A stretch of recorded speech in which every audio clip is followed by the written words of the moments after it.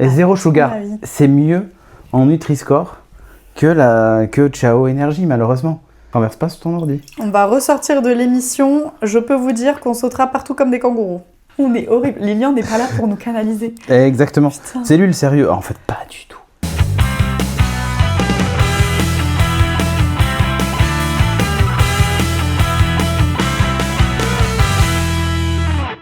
Bonjour à tous. Aujourd'hui, on se retrouve dans le 5e épisode de Pit Talk. Et Déjà. est-ce que ça vous énerve vous aussi quand les gens commencent à taper dans les mains quand ils parlent? Moi, oui. Je suis hyper expressive avec les mains, pardon. Comment ça va, Emma? Ça va et toi? Bien. Quoi de neuf? Eh bien, écoute, il nous manque le troisième lardon. Non, larron. J'allais dire un gros mot. Oui, il est pas là. Comme vous pouvez le remarquer, il nous manque C'est Lilian. Big love. Du coup, s'il nous manque une roue, enfin un roux, on peut pas aller très... Ok, la blague de daron. La blague de daron.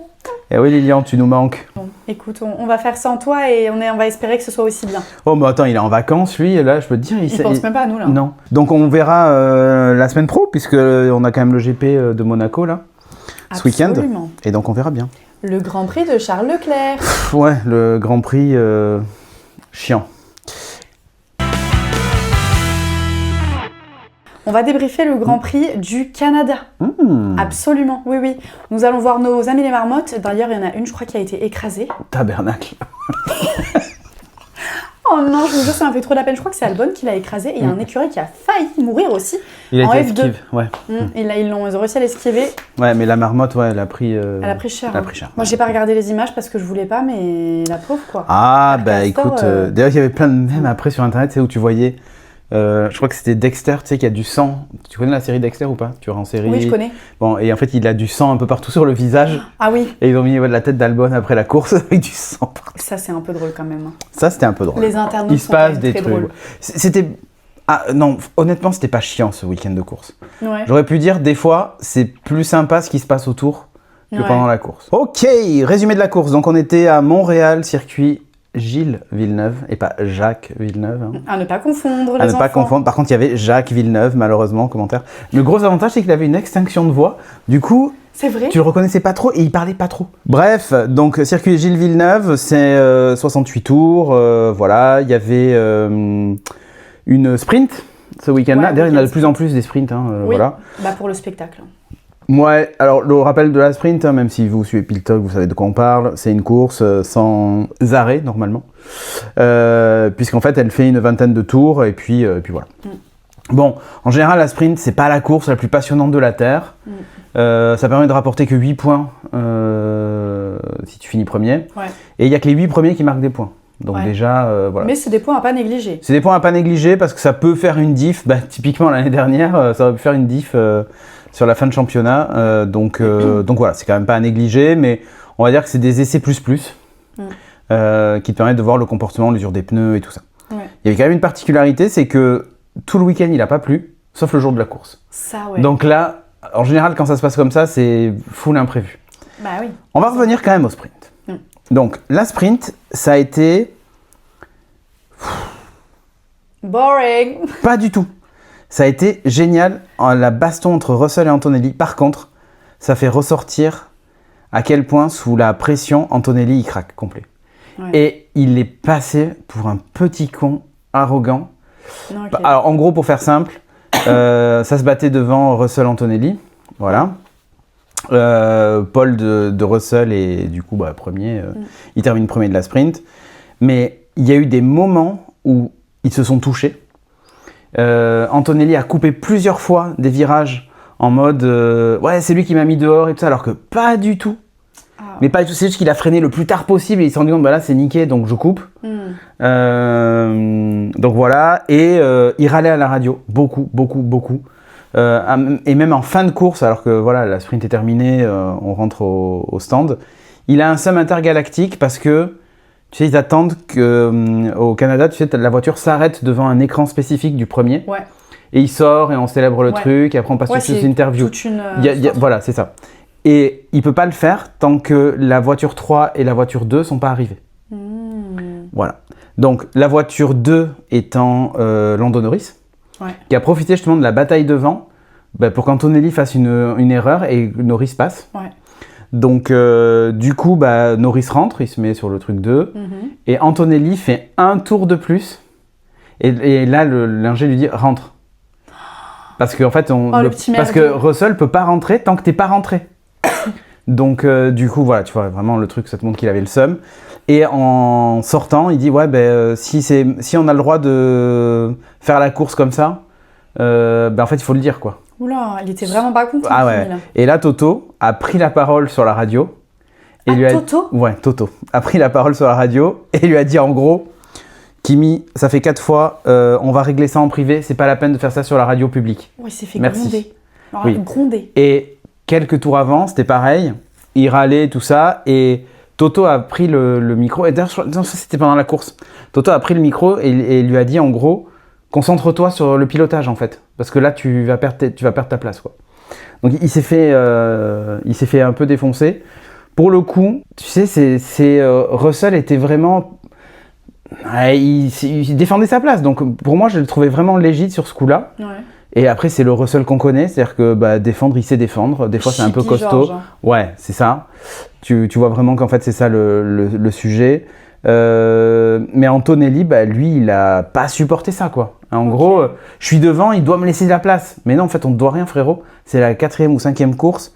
Tu te bats en piste, mais à la loyale, en fait. Tu vois.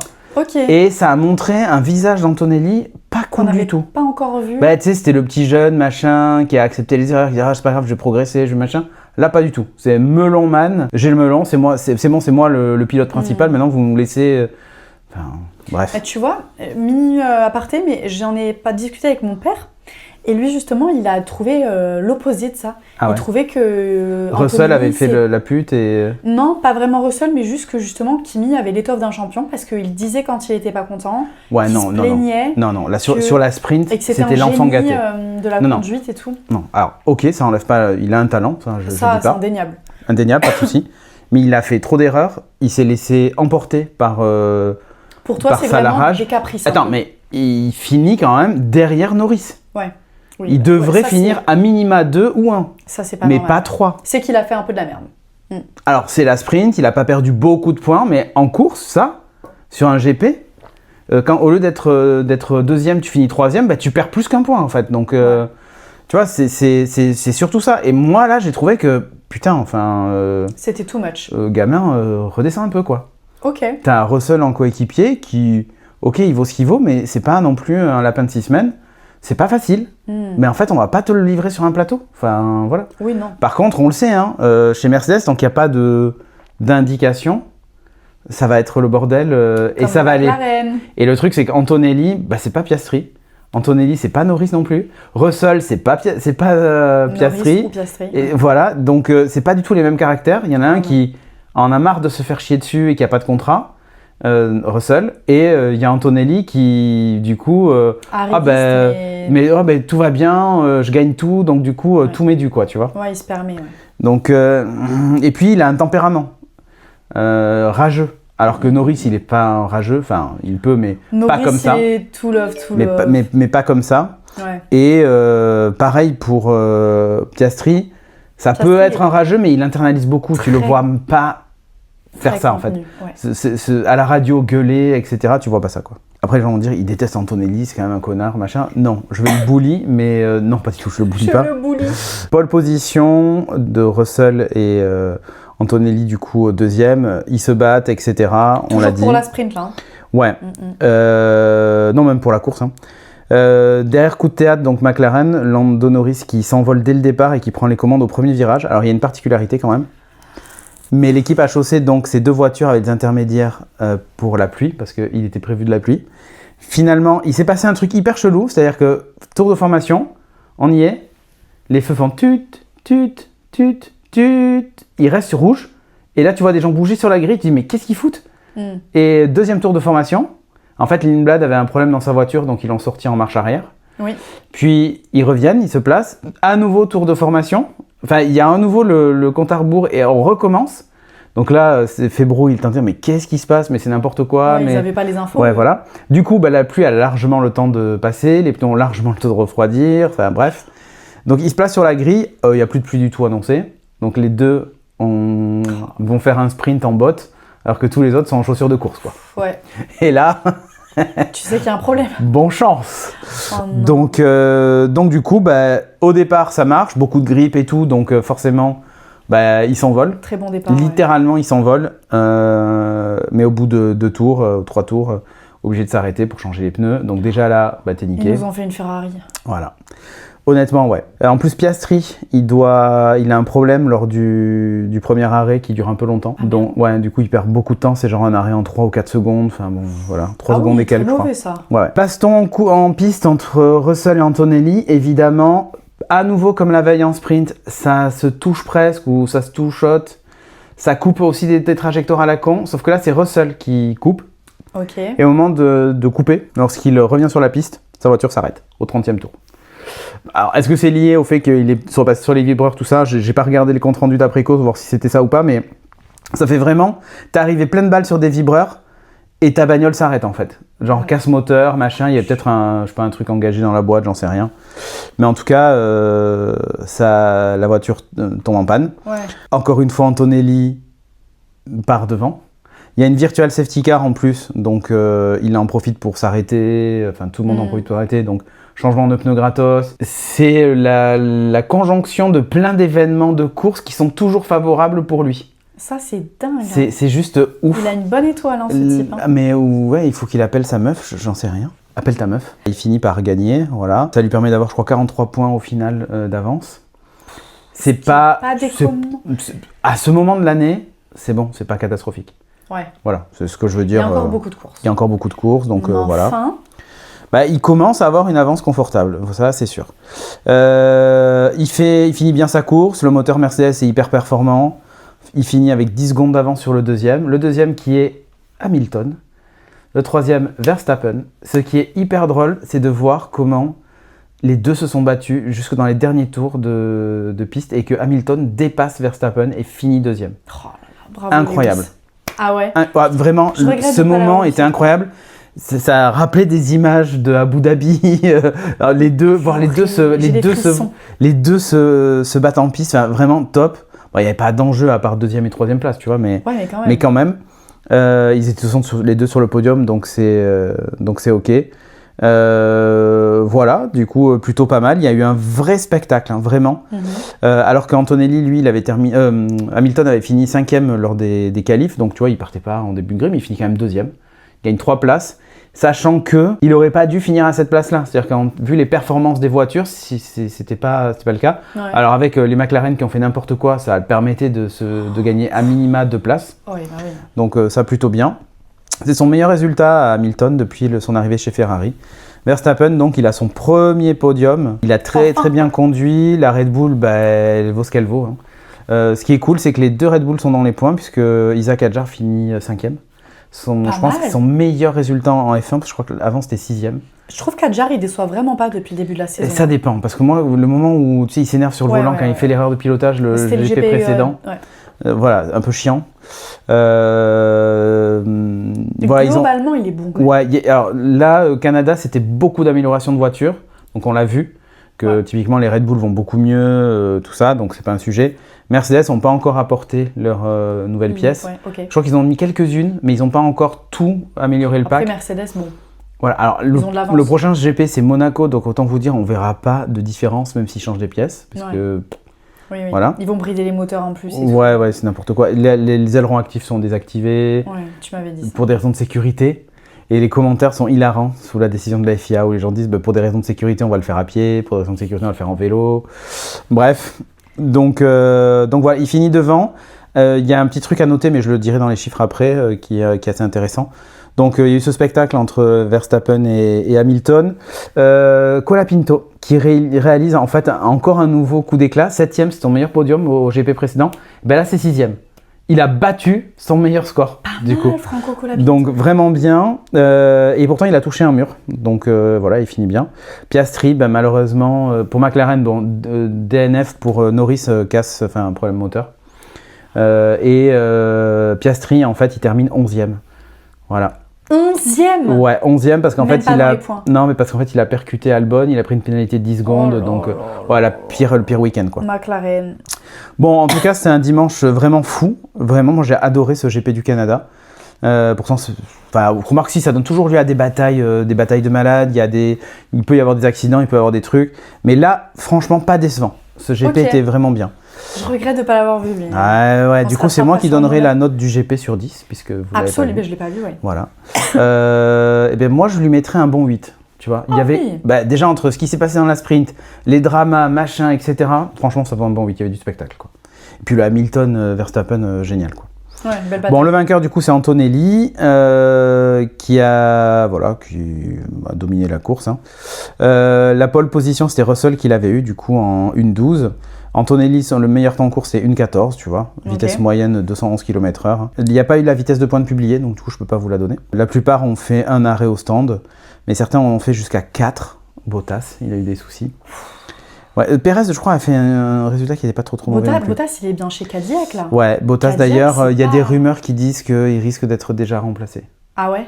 Ouais, ils sont déçus des résultats de Bottas. J'ai pas vu ces rumeurs-là.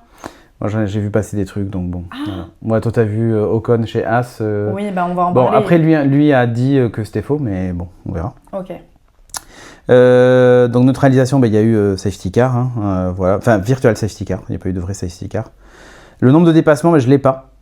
Pour une raison simple, c'est qu'ils ne l'ont pas communiqué, parce qu'il y a eu trop de dépassements.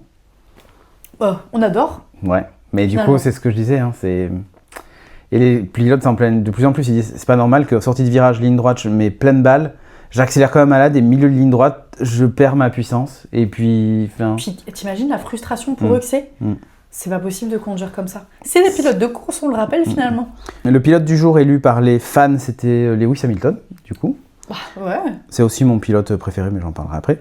Pénalité, du coup, on a eu Piastri 10 secondes et Bortoleto aussi a pris 5 secondes parce qu'il a été trop vite sous Virtual Safety Car.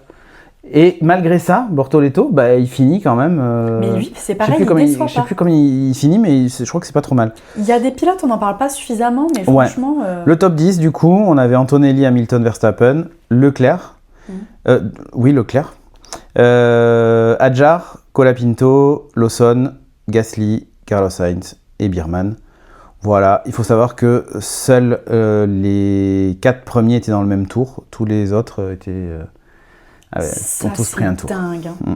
Les gros écarts. Hein. Fait marquant, donc le moment qui fait basculer la course et peut-être la saison, c'est Russell qui du coup DNF. Voilà, défaillance du groupe propulseur. On a vu la tête de Russell. Hein. Il était vénère, il a jeté le moulage là, tu sais, de sécurité. Ouais.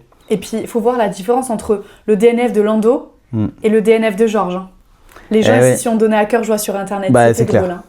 Donc voilà, Antonelli est intouchable parce que il a comme il a une bonne étoile.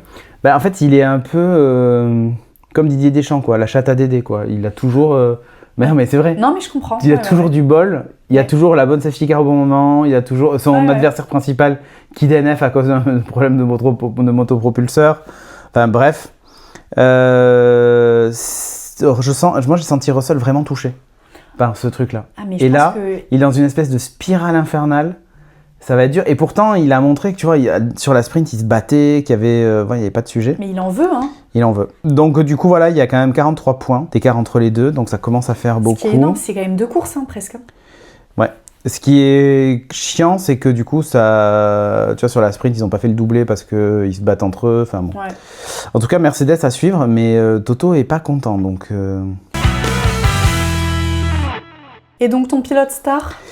Eh bien, le meilleur pilote du week-end, pour moi, c'est un peu comme tout le monde, c'est Lewis Hamilton. Hein. Franchement, il a été super fort. Il était 5e, il finit 2e. Il a hyper bien conduit. Il bat Verstappen à la régulière. Enfin, à la régulière, autant que le règlement le permette. Mais il le bat à la régulière. Il n'y a pas eu de touchette ou de machin, etc. Franchement, pas mal. Il a gagné 3 places. C'est la meilleure Ferrari du week-end. Hein, donc, bravo Lewis. Rien à dire. Ça me fait plaisir, moi. Ouais. Vraiment. Donc, franchement... rien à dire, quoi. Ouais, je trouve qu'il a été super fort. Voilà, c'est vrai perf. Ouais. Vrai perf pur. Comme donc, on aime le voir à son vrai niveau.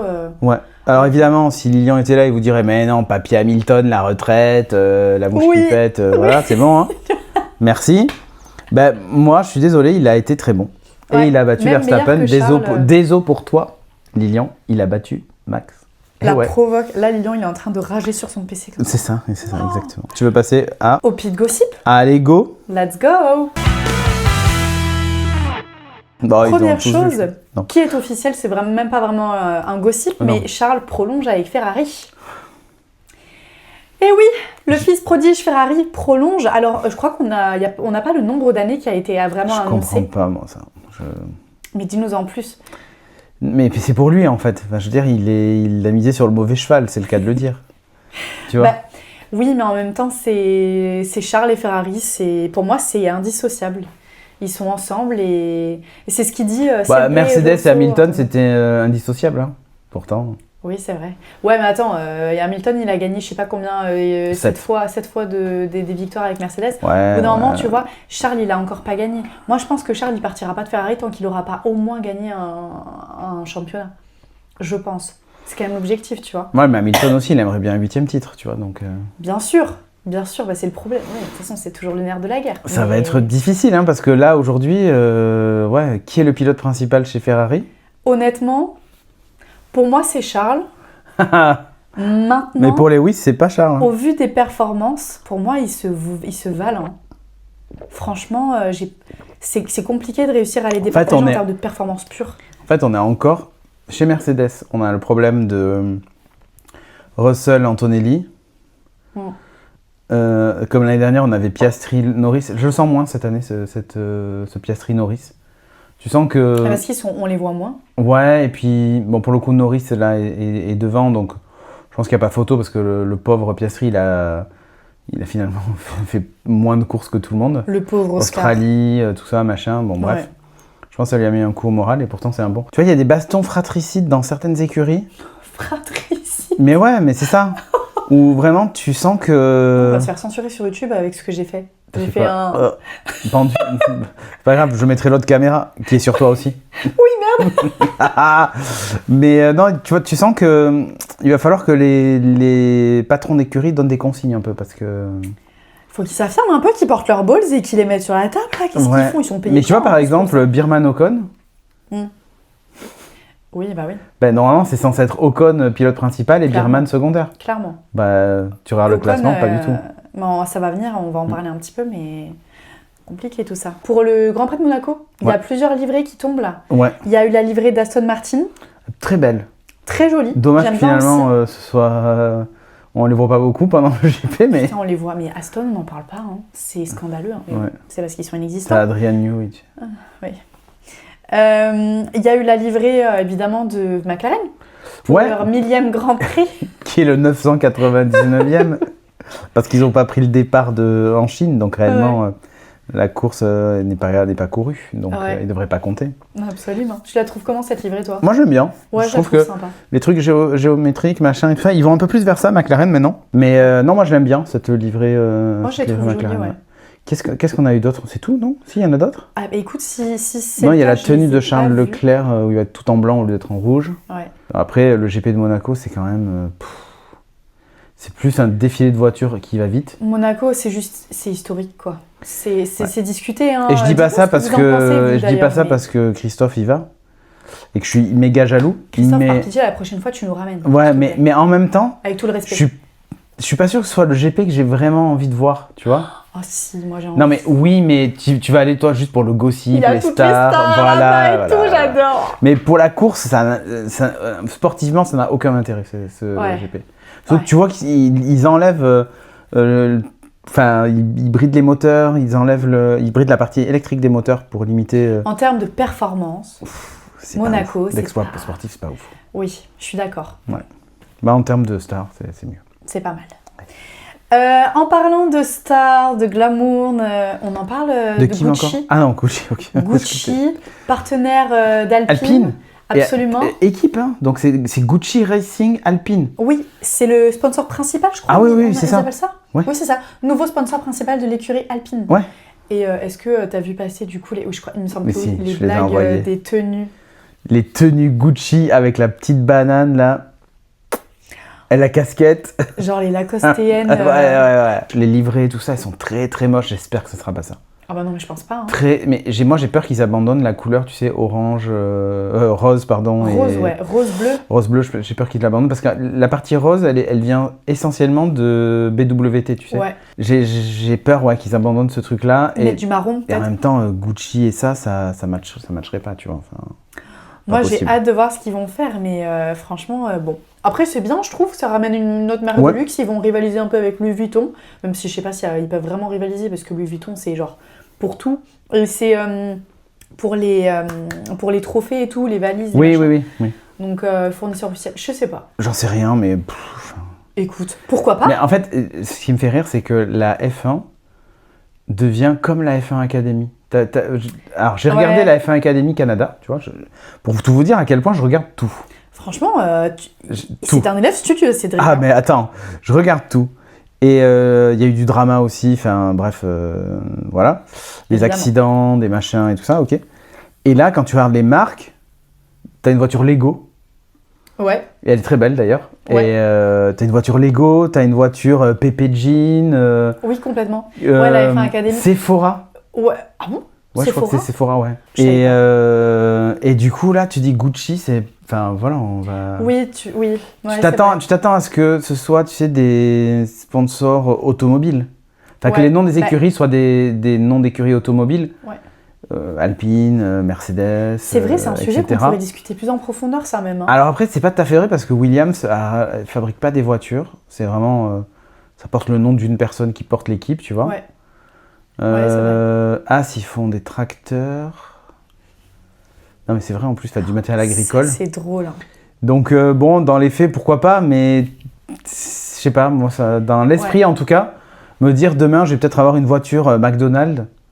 Déjà, une voiture Mickey, bizarre. Bon, ça serait chaud, mais tu pourrais l'entendre, mais tu sais, une voiture McDo, genre la team McDo. Ouais, c'est trop chaud. C'est un peu bizarre, quoi, tu vois. C'est carrément bizarre. Alors après, il y a beaucoup d'art.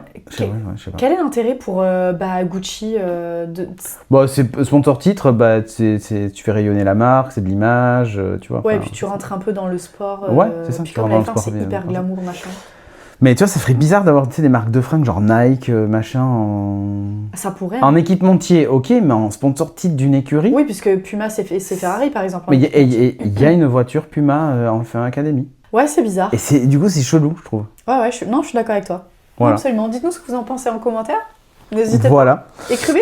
Exactement. De suite. Écrivez de suite. Lewis Hamilton et Charles Leclerc qui dévoilent ensemble la première voiture Ferrari Luce électrique de Ferrari, intitulée Luce. Luce. Tu l'as vu la voiture ? Je l'ai vu la voiture. Et alors ? Écoute, c'est un SUV finalement. Non, c'est pas un SUV. Non. Je trouve c'est grave SUV. Non, oui, je vois le. Ouais, mais réellement, c'est plus une. Si on devait la comparer à une autre voiture électrique, ce serait plus une Model 3. C'est pas une Model Y, c'est pas un truc vraiment très haut. On parle de Tesla, hein, je sais pas si vous. Ouais, mais en fait, elle a une particularité cette voiture, c'est qu'elle a été designée par Love From, qui est en fait la boîte de Johnny Ive et... J'ai cru que t'allais dire Johnny Hallyday. J'ai oublié le nom du deuxième, mais bref, c'est ceux qui ont designé l'Apple Watch, l'iPhone, l'iPod, qui sont deux anciens d'Apple qui ont monté leur studio de design. Donc un peu minimaliste. Quand tu vois l'intérieur, tu te dis, c'est une Apple Car. C'est-à-dire que la tablette au milieu qui se tourne, on dirait un iPad, les matériaux utilisés bruts, machin, à la Apple. J'ai vu que l'extérieur, moi. T'aurais dû regarder l'intérieur, c'est Apple Car, quoi. Et même la voiture, les formes douces, machin, etc., vues de dessus et tout. Un peu courbées et tout. Mais c'est une voiture Apple, c'est pas une voiture Ferrari. En fait, c'est une voiture Apple trop chère et c'est et c'est pas une bonne Ferrari électrique. En fait, pour moi, c'est vraiment ça. Ouais. En fait, le truc, c'est que t'as des Chinois qui font des voitures sportives qui sont plus performantes que celle-là et qui coûtent 3 fois moins cher. Ferrari, tu payes la marque aussi. Tu payes l'image de marque même. Ferrari, tu payes la marque, mais tu payes aussi les performances. Et là, en fait, c'est une voiture électrique banale, quoi. Elle a un design, en fait, qui est un peu particulier parce que je sais pas si tu as vu à l'avant, il y a un trou, en fait, d'air qui remonte sur le pare-brise. C'est-à-dire qu'il n'y a pas de calandre, et si tu passes ton bras, tu le passes vraiment au travers, tu sais, du truc devant. C'est curieux. Et tu touches même le pare-brise dessus. C'est pour le flux d'air, machin. Alors, elle a un CX qui est hyper bas, donc elle consomme très peu, etc., etc. Mais quand t'es client... En fait, ils auraient dû voir ce qu'a fait Porsche avec la Porsche Taycan. Personne ne veut d'une Porsche Taycan. Quand t'achètes une Porsche, c'est pour le moteur, c'est pour ce que ça représente. Ça fasse du bruit. Alors, peut-être pas forcément vroom, mais... Tu l'achètes pas parce que tu veux sauver la planète, quoi. Tu vois ce que je veux dire? Non, mais... Et pourtant, la Porsche Taycan, je trouve qu'elle a une plus belle gueule que la Ferrari Luce. Ok, ouais. Elle a une vraie gueule... À minima, elle a une vraie gueule de Porsche, quoi, tu vois. Oui. Ouais. Là, ça a pas la gueule d'une Ferrari. Ouais. Et ça a la gueule d'une voiture chinoise, tu vois. Tu me dis, c'est une voiture Polestar, la marque Volvo Premium. Je me dis, ok, bah tiens, pas mal. Ils ont fait un super taf, Polestar. J'ai essayé le configurateur de la Ferrari Luce, j'ai essayé de faire une voiture un peu jolie, machin et tout ça. C'est impossible. Les jantes, ils jouent pour beaucoup parce que les versions qu'ils ont présentées, elles ont des jantes pleines pour l'efficience énergétique. Mais en fait, ça va pas avec Ferrari, l'efficience énergétique. Tu vois ce que je veux dire? Oui, je comprends. T'achètes pas une Ferrari pour consommer 5 litres au 100. Ouais. Achète une autre voiture, tu vois. Mais du coup, ça n'a aucun fucking sens. Enfin, je comprends. Ou alors, si tu fais une Ferrari électrique, t'attends à ce que ce soit un monstre. Tu vois ce que je veux dire? Ok, tu l'as fait hyper agressive, limite une Formule E électrique, tu vois. Mais qu'elle ait des perfs sans concession, elle ait des jantes avec des vrais bâtons, des vrais machins, des trucs. Mais là... Mais tu vois, c'est pour ça que j'ai dit elle fait SUV. C'est bizarre. Parce que je trouve que ça fait un peu plan-plan comme voiture. Ouais, c'est le Scénic de chez Ferrari, quoi. Mais Ouais. Et peut-être qu'ils ont fait aussi appel à Charles et Lewis pour déjà que ça pète niveau marketing et que la machin ça tourne bien. Et aussi pour donner cette image de performance, parce que c'est quand même des pilotes de Formule 1 et du coup ils se sont dit ouais, on va faire appel à nos pilotes de Formule 1 pour appuyer le fait que... Ouais, mais tu vois, l'avant même, tu vois, il y a un trou en fait là en dessous. C'est vrai que c'est quand même bizarre comme voiture. Moi personnellement, je vais pas acheter, si aujourd'hui j'étais riche et je gagne le loto, je veux une Ferrari, c'est pas celle-là que je prends. Bah clairement. Je vais pas vous mentir, je vais pas prendre celle-là. Clairement, mais tu regardes l'intérieur, une Apple Car pourrait ressembler à ça. Pourquoi ils ont fait ce choix hyper je ne sais pas. comme ça? Mais ils ont complètement craqué quand ils ont fait ça. Finalement, c'était un peu un flop, hein. Top ou flop? Flop. Bah en fait, je pense que c'est une très bonne voiture électrique, mais c'est pas une Ferrari. Très bien. Ce sera le fin mot de l'histoire. Dites-nous ce que vous en pensez en commentaire, Lilian, si tu nous regardes. Écrit. Voilà, exactement. Très bien. Allez, ce sera la dernière news d'aujourd'hui. Tu en as parlé tout à l'heure, Esteban Ocon, Bichette. Oui.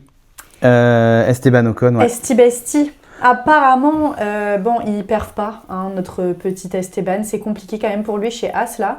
Et Oli Birman est quand même mieux, je trouve. Même il marque plus de points. Et donc, il y a eu des fortes rumeurs là qui disaient que Esteban à l'été, Ocon... il sautait.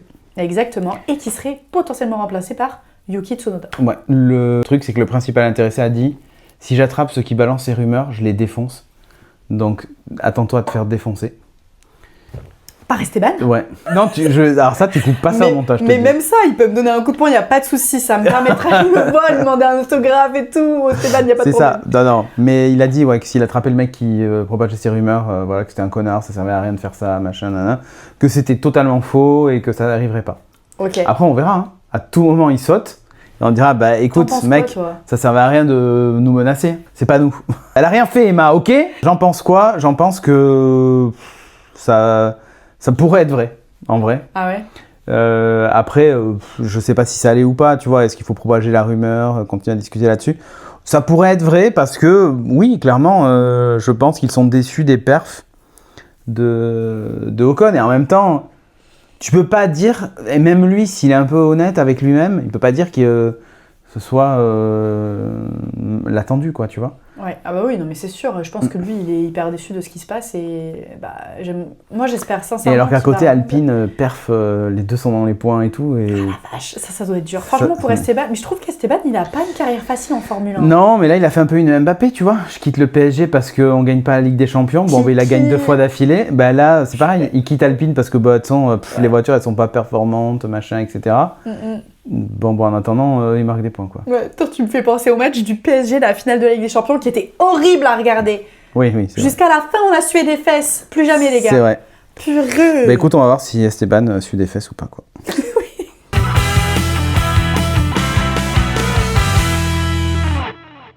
Allez, eh ben écoutez, les semaines se suivent et se ressemblent. Oh là là. Eh oui. Donc ma take, c'est non, Antonelli. Et non Taïk, hein. Et non Taïk, non. Tu l'as ou pas? Oui. Non, Antonelli n'est pas en train d'écraser la saison de 2026 et son avance de 43 points est un trompe-l'œil. Oui, je le pense. Sérieusement. C'est ce que je disais tout à l'heure. En fait, bon, il signe 4 victoires consécutives pour un rookie. C'est encore un exploit, machin. Il bat tous les records. Mais il a la meilleure caisse. Il a son coéquipier qui pourtant le dominait, qui casse son moteur casse, quoi. C'est même pas de son fait, tu vois ce que je veux dire? La virtual safety car qui lui sauve les fesses sur le changement de pneus, enfin la totale. Donc on n'a toujours pas vu, c'est faux. En sprint, on a vu ce que ça donne un Antonelli qui se bat à la régulière contre son coéquipier. Il perd. Voilà, bah il perd et il perd à un point que Norris derrière a sorti le popcorn, a dit battez-vous et il commet une erreur et Norris passe, tu vois. Il est drôle. L'interview d'après course. Je l'ai pas vu, mais il est mort de rire. Bah oui. Il explose de rire quand ils lui disent « Alors, les 2 Mercedes, machin », et il explose de rire. Je l'adore, je l'aime trop. Et tu sais, il était un peu en mode « J'ai connu ça !» T'inquiète, j'ai connu ça, tu vois. Been there, done that. Il finit par gagner avec un écart de 10,7 secondes sur Hamilton, qui est parti 5e, qui a géré le trafic comme il a pu. Voilà, et puis McLaren, qui aurait pu rivaliser avec eux, s'est autodétruit en chaussant les mauvais pneus dès le début. Et ouais, vraiment ça. Mais tu sais, ça m'a fait penser à un truc, une expression qui dit, tu sais, c'est quand la mer se retire, qu'on voit qui nager sans slip.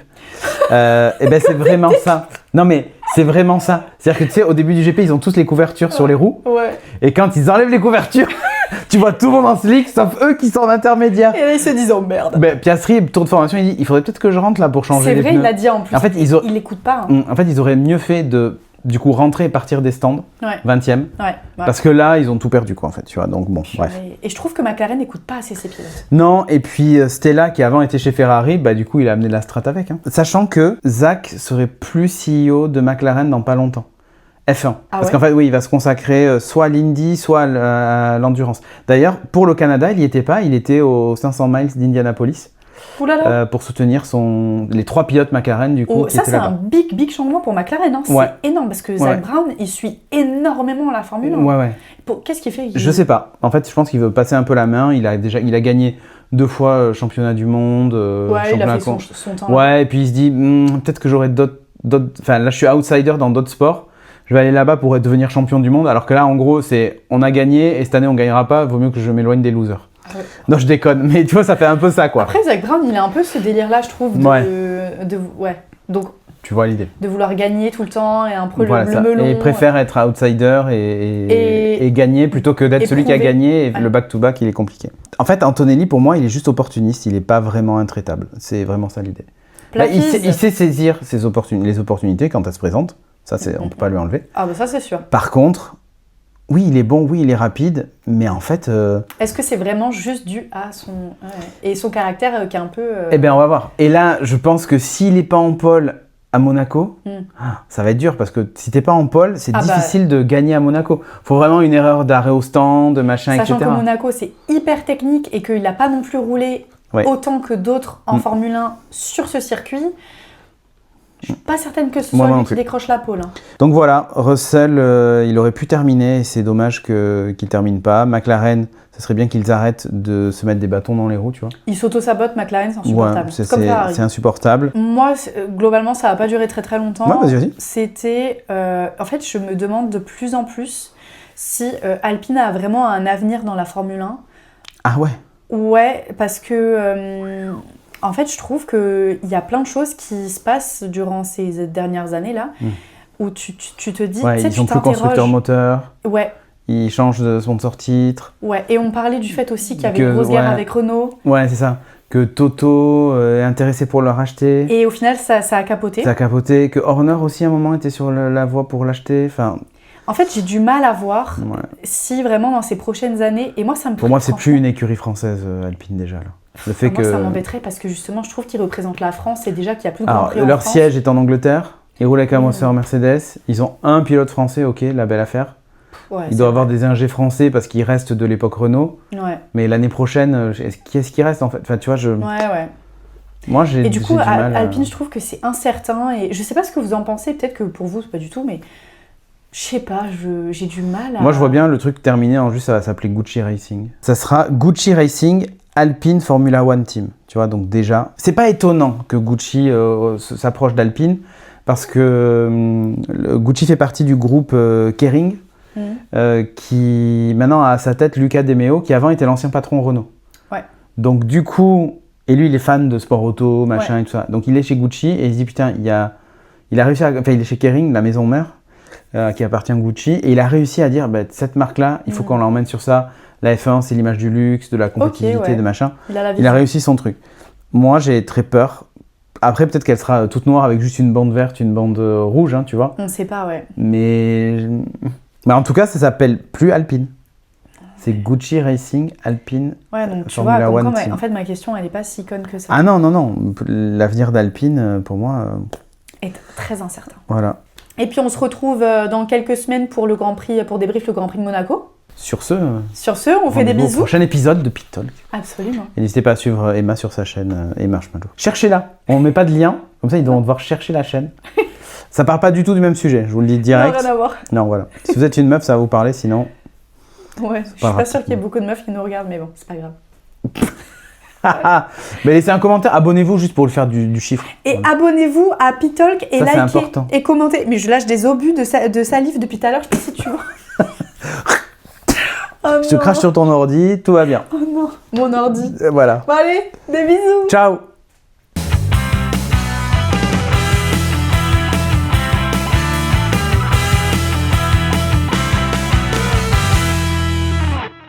On a bien rigoladé.